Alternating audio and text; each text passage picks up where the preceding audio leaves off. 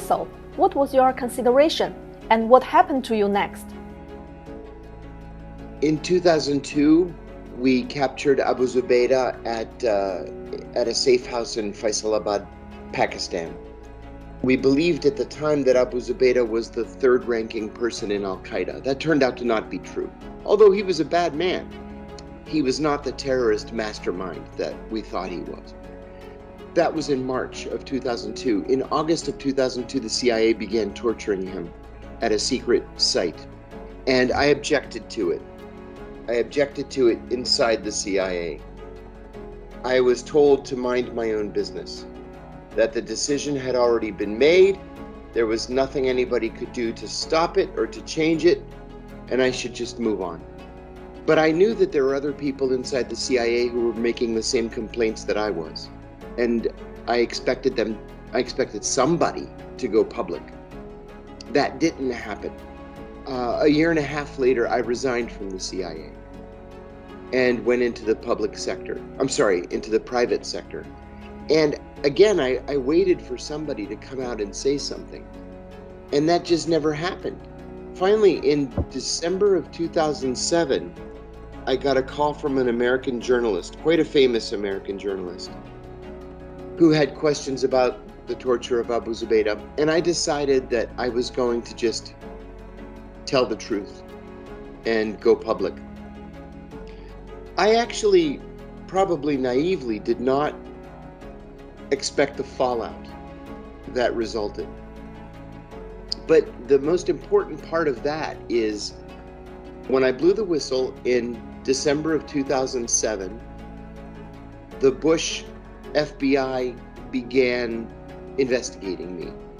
And they investigated me for a full year, from December of 2007 to December of 2008. And then they decided that I had not committed a crime, and they closed the investigation. Then Barack Obama became president 3 weeks later, and they secretly reopened the case against me. And so they investigated me for 3 more years, and then finally arrested me in 2012. You wrote a letter to Snowden 10 years ago when he made the revelation. You suggested him what to do and wished him best luck. Why did you do that? Did you get any feedback from him? As soon as he made his revelations, I realized how important he was. This was a huge story, and we wouldn't have known that the government was spying on us if Snowden hadn't told us.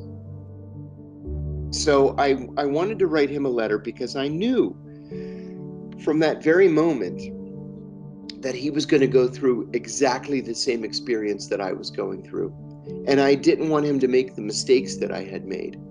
So I wrote him actually 2 letters. I wrote him a letter that was public, and then I wrote him a private letter that a friend of ours delivered to him. And I told him to embrace support wherever he could find it, especially on Capitol Hill.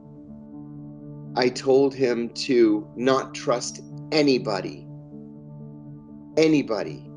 because everyone is a potential FBI source. And I told him to hire the best lawyers money could buy. In fact, I recommended that he hire my lawyers, which he did. In most aspects, it worked out well for him. I've talked to him many times. He said something that was very interesting. He was willing to go to prison. He was willing to come back and face trial and go to prison. He told me he was willing to serve 20 years in prison. But what he wanted to do, and this is what the lawyers were trying to negotiate with the Justice Department, he wanted to be able to stand up in court and explain why he did what he did. And the Justice Department said, never. And he said, then I won't come back. And so he didn't. How do you think of his whistleblowing action?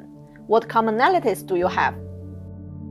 His whistleblowing was absolutely critical. We had no idea that NSA was spying on us.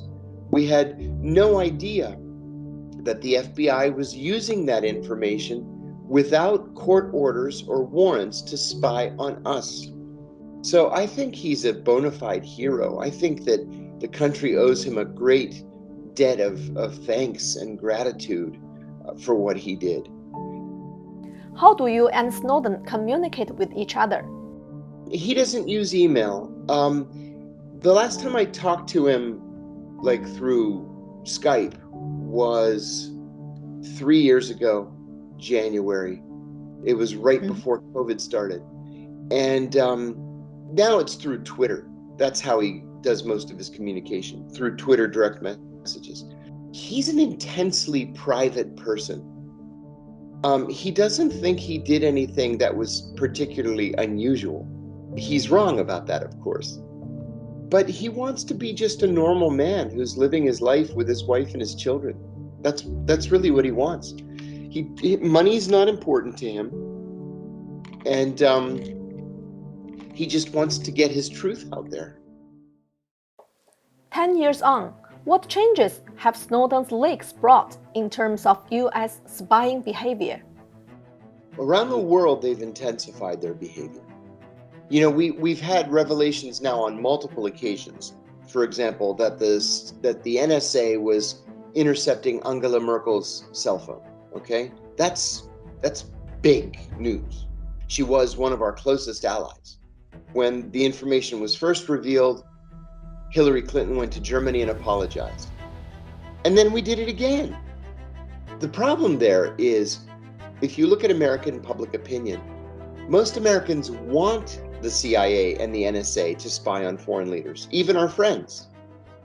At the very least, we can learn what they're intending to do in trade negotiations. At the very most, maybe it can disrupt some sort of an attack, you know, if it's an unfriendly country. So in terms of spying around the world, the American people love it and they want more of it. In terms of spying domestically, that is very specifically illegal. These intelligence services are not allowed to spy on Americans, and they do it anyway. And so what Snowden's leaks have caused, and this is really not enough, but what they've caused is Congress is now watching more closely and exercising better oversight.